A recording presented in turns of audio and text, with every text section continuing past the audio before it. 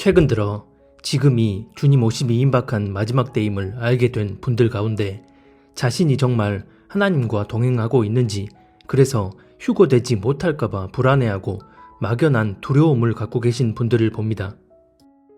많은 분들이 이런 생각과 마음을 갖게 되는 이유는 다른 이유도 있을 수 있겠지만 크게 세 가지로 나눠 볼 수 있습니다.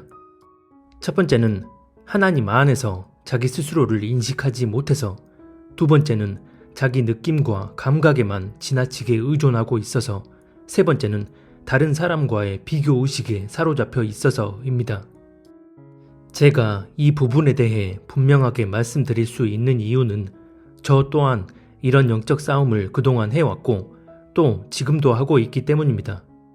그래서 오늘은 이 세 가지 부분에 대해 말씀을 드려보고자 합니다. 첫 번째는 하나님 안에서 자기 스스로를 인식하지 못하는 경우입니다.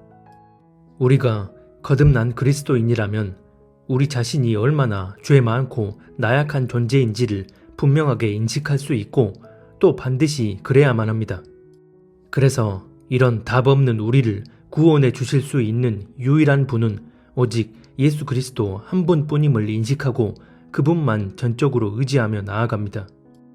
그런데 여기서 우리가 지나치게 내 자신만을 의식한 나머지 정작 의지하고 바라봐야 할 하나님을 놓쳐버리는 경우가 있습니다. 즉, 스스로의 내면의 상태를 정직하게 들여다봤을 때 얼마나 더럽고 죄성이 충만한 인간인지를 날마다 매 순간마다 뼈저리게 느끼면서 그런 자기 자신으로 인해 낙심, 절망, 우울함에 빠지게 되는 경우입니다. 사실 이런 자신의 상태를 직시하게 됐을 때 부정적인 마음이 드는 건 어찌 보면 당연하다고 볼 수 있습니다. 하지만 문제는 그런 내 상태를 직시함으로써 나오게 되는 감정과 마음에 사로잡혀 버리게 되면 그 다음 우리가 나아가야 할 가장 본질적인 과정을 잊어버리고 그 감정 안에 갇혀버리게 됩니다. 이것이 사탄에게 틈을 열어주기 가장 쉬운 상황입니다. 왜냐하면 사탄의 목적은 우리가 무엇을 알고 깨달았든 간에 최종적으로 하나님께 나아가지 못하게 만드는 것이기 때문입니다. 그래서 사탄은 우리가 우리 자신의 내면의 상태를 자각할 때 드는 감정과 마음 상태를 간파하고 다가와서 이렇게 속삭입니다. 미안해. 그렇게 더럽고 추악한 죄성이 가득 차 있는데 네가 어떻게 하나님과 동행하고 휴거될 거라 생각해? 그런 상태로 하나님께 나아가면 하나님이 이 기도를 받아줄 것 같아? 어림없어. 사탄은 이처럼 우리가 우리 자신의 상태를 직시하게 됐을 때 어떻게든 하나님께 나아가 그 은혜 안에 거하지 못하게 만들기 위해 온갖 거짓말로 참소하며 우리를 속이려 합니다. 여기서 사탄은 우리의 생각을 타고 역사하는데 대부분은 이런 생각이 사탄이 주는 생각임을 깨닫지 못하고 그저 내 자신의 상태를 그대로 말해주는 사실에 기반한 생각인 것처럼 여겨져서 그냥 아무렇지 않게 받아들이고 깊은 낙심과 절망, 우울함, 두려움에 빠져듭니다. 그래서 우리가 스스로의 상태를 직시하게 됐다면 그로 인해 비록 비참한 심경이라 할지라도 이런 나를 인도하시고 구원해 주실 분은 오직 하나님 한 분뿐이라는 사실을 인식하고 더더욱 마음을 붙들고 하나님 앞에 나아가 그분의 은혜를 간절히 구하는 과정에 이르러야 합니다. 이것이 우리가 예수님을 믿고 거듭났지만 여전히 우리 안에 부족한 것들을 하나님이 허락하신 이유 중 하나입니다. 즉, 우리가 예수님을 영접하고 거듭나 그리스도인이 됐을 때 하나님이 우리에게 원하시는 것은 우리가 우리 자신의 부족함과 나약함을 깨닫고 하나님 앞에 나아가 그분의 은혜를 힘입어 함께 교제하고 동행하며 나아가길 원하시는 것입니다. 하지만 우리는 인간적인 생각으로 한번 하나님을 믿고 거듭났으면 우리 안의 죄성은 다 사라지고 이제부턴 깨끗한 심령과 온화하고 정결하고 긍정적인 것들로만 채워져서 그렇게 자동으로 거룩한 삶을 살게 될 거라 여깁니다. 허나 전혀 그렇지 않습니다. 우리 안에 내면이 정결해지고 정화되는 과정은 거듭난 이후 우리가 우리 부족함을 직시함으로 하나님 안에서 그분과 동행하면서 그분의 은혜로 서서히 바꾸고 채워져 가는 것이지 한번 거듭났다고 해서 단번에 다 바뀌는 게 절대 아닙니다. 그래서 여전히 우리 안에 죄성이 다분하고 못된 감정이 들고 쓰레기 같은 생각들이 수시로 드나들고 등등 부족함 투성이라 해도 그런 내면의 부족함 자체만으로 우리가 하나님과의 관계 안에 거하지 못하고 있다는 증거가 절대 아니라는 것입니다. 오히려 그런 부족함을 겸비한 마음으로 직시하고 하나님께 나아가 그분의 은혜 안에 거하게 된다면 그것이 내가 하나님과의 관계 안에 온전히 거하고 있다는 증거가 됩니다. 즉, 하나님과 서로 마음을 나누고 교제하면서 그분의 마음과 뜻을 헤아리게 되고 그렇게 그분의 마음에 합한 자로 하루하루 믿음으로 살아가는 것입니다. 이것이 하나님이 우리에게 원하시는 가장 본질적인 부분입니다. 그런데 만약 우리가 예수님을 영접하고 거듭나지 못했다면 우리 내면의 상태를 정직하게 인식할 수 없게 되고 그렇게 되면 우리를 구원해 주시고 인도해 주실 유일한 분은 예수 그리스도란 사실을 깨닫지 못하게 됩니다. 그래서 불신자들은 여전히 자신이 얼마나 큰 죄인이고 자신이 지금 하는 생각과 말과 행동이 왜 죄가 되는지를 인식하지 못하고서 그렇게 지옥 자식으로 살아가면서도 아무런 양심의 가책도 죄의식도 느끼지 못합니다.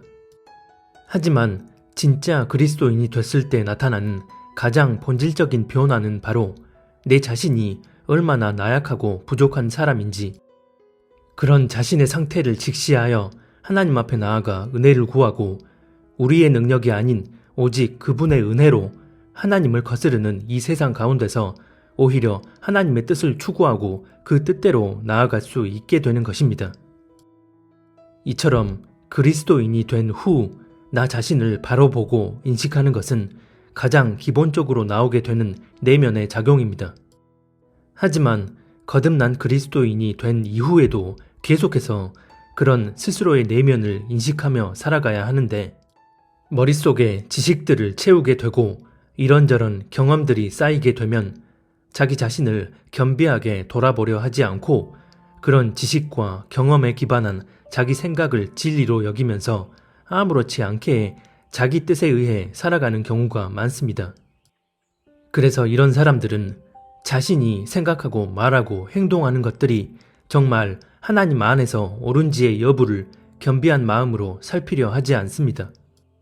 실제로 이런 일들은 마지막 때 미혹이 더해지는 상황과 맞물려 더더욱 심각해지고 있는 실정입니다. 그래서 어떤 고민도 하지 않고 그냥 아무렇지 않게 자기 생각을 진리인 것처럼 주장합니다.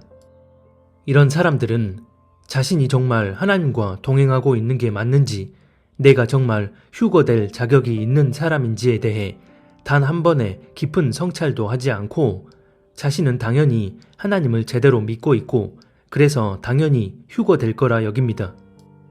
물론 처음 예수님을 믿고 거듭났을 때는 자기 자신을 돌아봄으로써 자신이 지금껏 얼마나 죄 많은 인간이었는지를 고백하면서 예수님을 영접하는 거듭남의 체험을 했지만 그 이후 삶 가운데 계속 이어져야 할 그런 과정을 제껴버리고 자기 지식, 경험, 생각, 감정 등의 지배당해 다시 종교인이 되기를 자처하는 것입니다.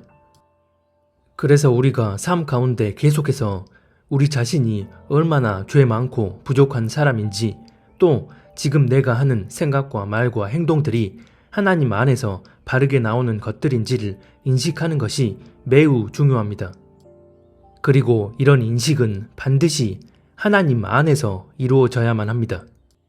그렇게 될 때 내 생각, 지식, 경험, 감정이 아닌 성령께서 주시는 은혜와 지혜로 생각하고 말하고 행동할 수 있게 됩니다. 그래서 우리가 우리 자신의 상태를 직시하게 됐을 때 여러 부정적인 생각과 감정이 머물거나 스쳐간다 하더라도 이런 내 모습 그대로 하나님 앞에 나아가 하나님을 전적으로 의지하며 그분의 은혜를 구하는 것이 하나님이 나에게 원하시는 부분이란 사실을 인식하고 이내 마음을 붙들고 하나님께 나아가 담대한 믿음의 고백으로 그분의 은혜를 구하는 것입니다. 그러면 하나님께서 우리의 나약하고 부족한 부분을 감찰하시고 세밀하게 교정해 주심으로 그 뜻대로 나아갈 수 있게 인도해 주십니다. 하지만 내가 아무리 내 자신의 부족함을 직시하고 깨달았더라도 하나님은 안중에도 없이 그런 내 상태만 주구장창 들여다보면서 묵상하게 되면 결국 하나님이 원하시는 마음을 따라 행동하지 못하기 때문에 사탄이 그 마음에 틈을 타고 들어와 역사하게 됩니다. 우리가 하나님과 온전히 동행한다는 것은 내가 어떤 종교적 수행을 날마다 쉬지 않고 해야만 한다는 그런 차원이 아닙니다. 예를 들면 하루에 정해놓고 기도를 2시간 이상 꼭 해야 한다거나 하루에 말씀을 30장씩 꼭 읽고 묵상해야 한다거나 동행이라는 것은 하나님의 마음을 따라 내 마음도 그렇게 움직임으로써 삶 자체가 그렇게 흘러가는 것을 의미합니다. 물론 그러한 과정 가운데는 기록된 하나님의 말씀을 읽고 묵상하며 하나님께 나아가 기도하는 육적인 행위가 어느 정도 수반되어야 가능합니다. 하지만 이것이 내면의 본질에 의해 나오는 행위가 아니라면 그런 행위 자체를 본질로 여김으로써 더 잘못된 방향으로 나아갈 수 있습니다. 그렇기 때문에 이 부분에 있어서 우리가 해야 할 가장 본질적인 행함은 바로 하나님 안에서 내 자신을 겸비하게 돌아보고 내 상태를 인식하는 것입니다. 그렇게 되면 당연히 내가 하는 생각과 말과 행동이 하나님 안에서 어떠한지를 살피게 됩니다. 그래서 만약 죄가 되는 부분이 있었다면 아, 역시 난 쓰레기야 라고 하며 두 손으로 머리를 쥐어뜯고 괴로워하는 게 아니라 하나님 앞에 나아가 용서를 구하고 그렇게 하나님과 대면하는 시간을 갖습니다. 무릇 마음이 가난하고 심령에 통회하며 내 말을 듣고 떠는 자 그 사람은 내가 돌보려니와. 이사야서 66장 2절. 직접적인 죄 문제뿐만 아니라 내가 하는 생각과 말과 행동이 하나님의 뜻에 합당한지를 돌아보고 하나님의 은혜를 구하며 나아가는 것, 즉 하나님 안에서 내 자신을 인식하는 것입니다. 그리고 두 번째는 바로 자기 느낌과 감각에만 의존하는 경우입니다. 많은 분들이 자신이 정말 하나님과 동행하고 있는지, 하나님과 온전한 관계 안에 있는지를 의심하며 불안해하는 이유는 몸으로 체감하는 느낌과 감각을 지나치게 집중하고 있기 때문입니다. 즉, 기도해도 눈물이 잘 안 나오고 음성이 잘 안 들리고 뭔가 기쁨도 느껴지지 않고 등등 본인이 이런 감각적인 부분에 집중하고 있어서 이런 부분을 자신이 제대로 느끼지 못하는 것 같으면 그때부터 불안해하고 두려워합니다. 단순히 이런 감각적, 현상적인 부분만 인식하면서 내가 하나님과 동행하지 못하는 것 같다 여기고 불안해하며 두려워하고 있다면 이것은 엄밀히 말해 하나님을 향한 믿음이 아닌 내 느낌과 감각을 의존하며 따라가고 있다는 말이 됩니다. 즉, 보이지 않는 하나님을 믿는 게 아니라 눈으로 보이고 몸으로 체감하는 내 감각을 믿고 있다는 말입니다. 하나님과 동행하는 과정 가운데는 내가 인식하고 느끼는 그런 체험적 현상으로 나타날 수도 있지만 그렇지 않은 경우가 더 많습니다. 그런데 내 육신의 느낌과 감각에만 의지하면서 그런 부분에 의해 휘둘린다면 역시나 사탄에게 틈을 열어주는 것과 같습니다. 왜냐하면 사탄은 얼마든 느낌과 감각을 통해 다양한 미혹들을 뿌릴 수 있기 때문입니다. 그래서 그런 느낌과 감각은 전혀 본질이 아니라는 것을 우리 중심에 바로 새겨놓아야 합니다. 하지만 그런 부분을 조금이라도 본질로 여기면서 의식하게 되면 기도할 때나 말씀을 묵상할 때 예전에는 막 이렇게 몸이 뜨거워지고 눈물 콧물이 쏟아지고 마음 가운데 감동이 부어지고 말씀이 살아 움직이는 것처럼 내 심령 안으로 파고 들어왔는데 지금은 그런 게 잘 느껴지지 않으니까 본인이 하나님과의 관계가 멀어졌다거나 더 나아가 내가 뭘 잘못해서 하나님이 나를 외면하시는 게 아닌가 하면서 그런 자기 생각으로 하나님을 판단하기까지 합니다. 물론 아직 회개하지 않은 죄가 있어서 그 죄로 인한 부분이 그렇게 현상적으로 드러날 수도 있습니다. 하지만 그런 상황이라면 하나님은 그 사람이 반드시 깨달아 알게끔 역사해 주십니다. 허나 그런 경우가 아닌데 무조건 내 느낌과 감각만 의식하면서 몸으로 체감이 안 되니까 잘못된 자기 생각에 빠져버리는 것은 너무나 위험한 경우입니다. 첫 번째 경우에서 말씀드린 것처럼 우리가 인식해야 할 유일한 한 가지는 하나님 안에서 내 상태를 인식하는 것이지 내가 몸으로 뭘 느끼고 체감하고 있느냐를 인식하는 게 아닙니다. 하나님 안에서 내 상태를 인식하고 하나님의 은혜로 말미암아 그 뜻대로 나아가게 됐을 때 하나님은 우리가 감각적으로 느끼고 육적으로 체험할 수 있는 그런 부분에서 역사해 주기도 하시지만 그렇지 않을 때도 많습니다. 그래서 이 부분은 내 중심 언저리에도 두지 마시고 본질적으로 인식해야 하는 것에만 모든 초점을 맞춰야 합니다. 하나님이 우리에게 역사하실 수 있는 방법은 무한합니다. 하지만 인간은 자기가 생각하는 그런 틀에 박힌 방식만을 생각하며 그 방식 안에서 하나님의 역사를 스스로 제한해 버립니다. 그런 대표적인 부분이 바로 눈으로 보고 몸으로 느끼고 꿈을 꾸고 음성이 또렷하게 들리고 이런저런 감각과 느낌으로 체험하는 것들입니다.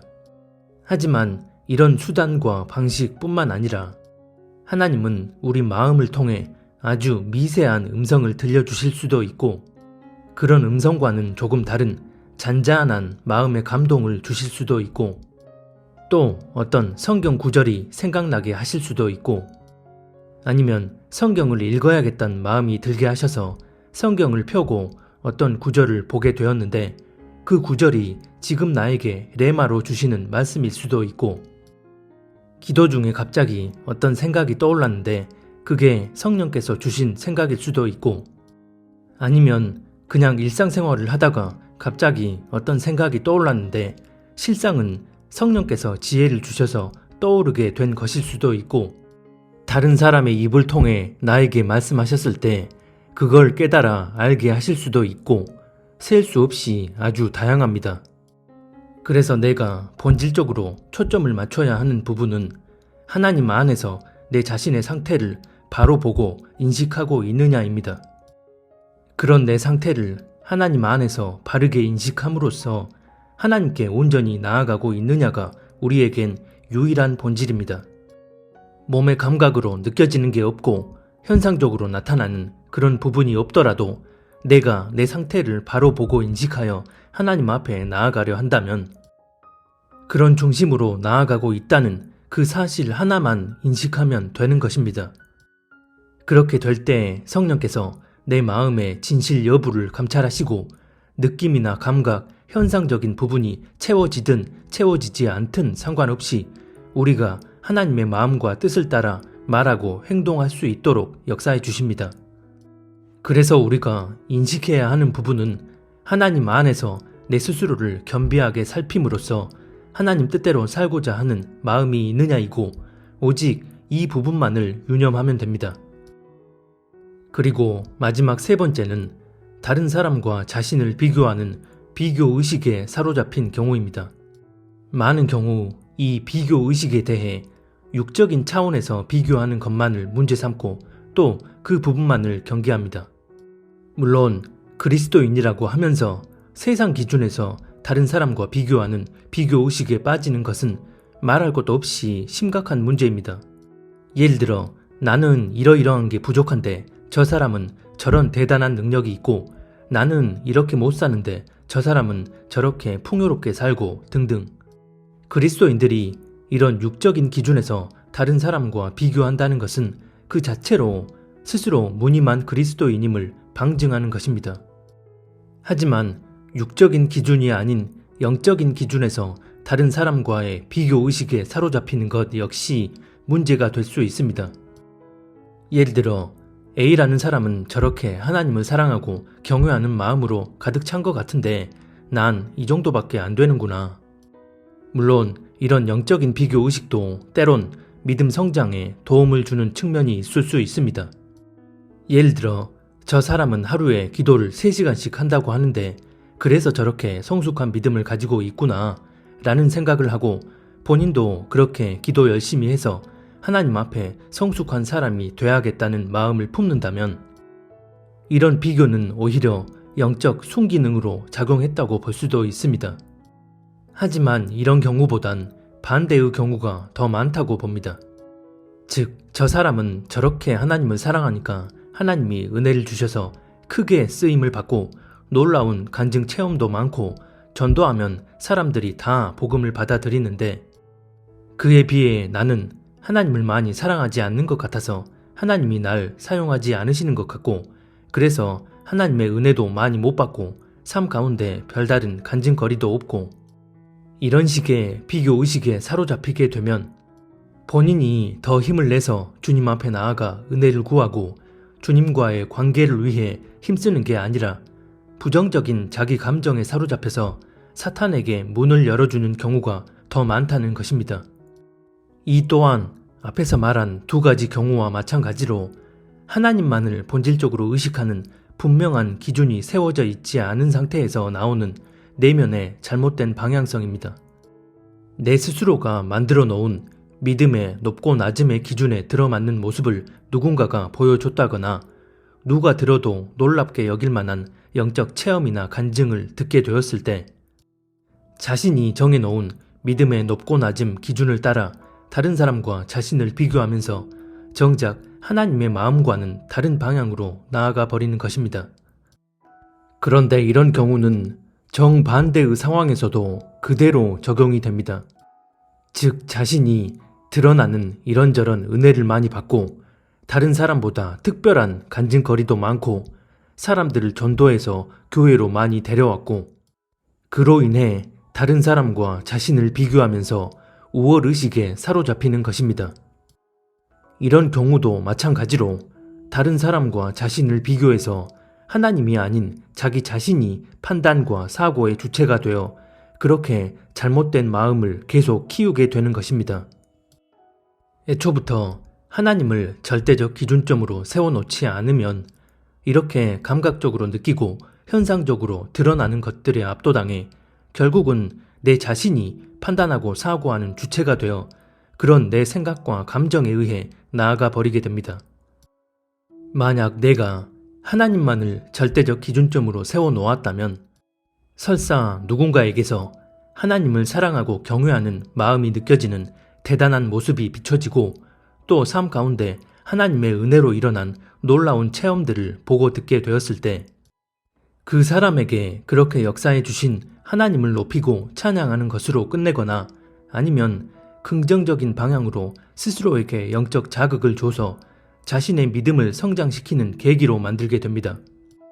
그리고선 변함없이 다른 사람과 비교해서 나를 사랑하시는 것도 아니고 그냥 내 모습 그대로 사랑해 주시는 하나님께 집중하여 지금 나에게 하나님이 원하시는 것이 무엇인지 그분 앞에 나아가 그분과 교제하고 그 인도함을 구하며 나아갑니다. 표면적으로 보면 다른 사람과 비교해서 그릇도 작고 보잘것없어 보이더라도 그런 건 전혀 문제가 되지 않습니다. 어떤 외적인 체험이 있든 없든 감각적으로 무엇을 느끼든 느끼지 못하든 표면적으로 대단한 간증거리가 있든 없든 또 다른 사람의 어떠함과 전혀 상관없이 하나님은 나라고 하는 한 존재에게만 원하시고 기대하시는 부분이 반드시 있습니다. 그래서 우리는 하나님께만 초점을 맞춰서 하나님의 마음과 뜻을 헤아리고 오직 그 뜻대로 나아가기 위해 마음의 중심을 바로잡아야 합니다. 그렇기 때문에 다른 사람과 자신을 비교해서 자기 생각과 감정에 휩싸이는 것은 매우 잘못된 내면의 방향성입니다. 그러면 이 모든 것들을 종합해 봤을 때 처음에 말씀드린 것처럼 자신이 하나님과 제대로 동행하지 않는 것 같고 하나님과 온전한 관계 안에 거하지 못하는 것 같고 그래서 휴고되지 못할 것 같다는 그런 마음이 어디에서 비롯된 것인지를 먼저 본인 스스로가 진단을 해야 합니다. 만약 앞에서 말한 이 세 가지 경우 때문이라면 이내 마음을 붙들고 나의 내면으로부터 비롯되는 것들 위에 살아계신 하나님만을 절대적인 기준점으로 놓고 그 기준에 맞게 생각을 전환시켜야 합니다. 그렇지 않으면 사탄은 어떻게든 우리가 하나님께 나아가지 못하도록, 그래서 하나님과의 관계에서 떨어져 나가도록 만듭니다. 이것이 모든 인류를 향한 사탄의 최종 목적이기 때문입니다. 그래서 이제부터라도 마음을 담대히 하고 하나님 안에서 자신을 돌아보며 그분의 은혜 안에 거해야 합니다. 하나님은 우리 내면의 죄성과 부족함 등을 보시고 그런 것들 때문에 우리에게 실망하셔서 우리가 하나님께 나아가더라도 고개를 돌려버리시거나 외면하시지 않습니다. 설사 그게 몇 번이 됐든 반복된 죄를 지었더라도 그 죄를 대하는 변함없는 마음의 방향성이 바로 세워져 있다면 끝까지 흔들리지 말고 하나님께 나아가 은혜를 구해야 합니다. 하나님도 한두 번 또는 수십 번까진 참으셨겠지만 이제는 나에게 실망하셨을 거야 라고 생각하는 것 자체가 하나님이 아닌 자기 생각과 감정을 잣대로 사탄에게 내 마음 안으로 어서 들어오라고 문을 활짝 열어주는 것과 같습니다. 우리가 하나님의 은혜를 입을 수 있는 이유는 우리가 먼지 한 올만큼의 더러움도 없는 그런 완전 무결한 상태여서가 아닙니다. 오히려 나약하고 부족하고 더럽고 추악한 존재이기 때문에 그런 내 존재를 스스로가 인식하여 하나님 앞에 담대히 나아갔기 때문입니다. 히브리서 4장 16절에 보면 우리가 긍휼하심을 받고 때를 따라 돕는 은혜를 얻기 위해 은혜의 보좌 앞에 담대히 나아갈 것이라고 말씀합니다. 이처럼 하나님의 은혜의 보좌 앞에 담대히 나아갈 수 있는 이유를 그 앞구절인 15절을 보면 알 수 있습니다. 우리에게 계신 대제사장은 우리의 연약함의 감정을 몸소 느끼지 못하시는 분이 아니요 모든 점에서 우리와 똑같이 시험을 받으시되 죄는 없으신 분이시니라. 히브리서 4장 15절. 즉 대제사장 되신 예수 그리스도께서 사람의 몸을 입고 이 땅에 오셔서 우리 인간의 연약함을 몸소 체험하셨기 때문에 우리가 우리 자신의 나약함과 부족함을 직시하게 됐을 때 그럼에도 담대히 주님 앞에 나아가게 된다면 주님께서 그런 우리를 긍휼히 여겨주시며 때를 따라 은혜를 내려주시겠다는 것입니다. 이처럼 스스로의 상태를 철저히 직시하고 삶 가운데 나오는 생각과 말과 행동을 돌아보며 주님 앞에 나아가 은혜를 구할 때 그 은혜로 인해 우리가 때를 따라 역사하시는 하나님의 섭리를 바르게 알고 분별하여 그 뜻대로 나아갈 수 있게 되는 것입니다. 그래서 우리에게 가장 중요한 본질은 행위적으로 드러나는 것들 이전에 내 중심의 온전함 여부입니다. 설사 외적으로는 아직 완성된 형태에 이르지 못했을지라도 하나님이 원하시는 마음을 품고 그 뜻대로 나아가는 과정 가운데 있다고 한다면 하나님은 오직 그 중심을 보시고 우리의 합당한 여부를 판단하십니다. 이건 주님 다시 오실 때 개인적 차원에서 합당한 신부에 해당한지를 가늠하는 조건에도 부합되는 부분입니다.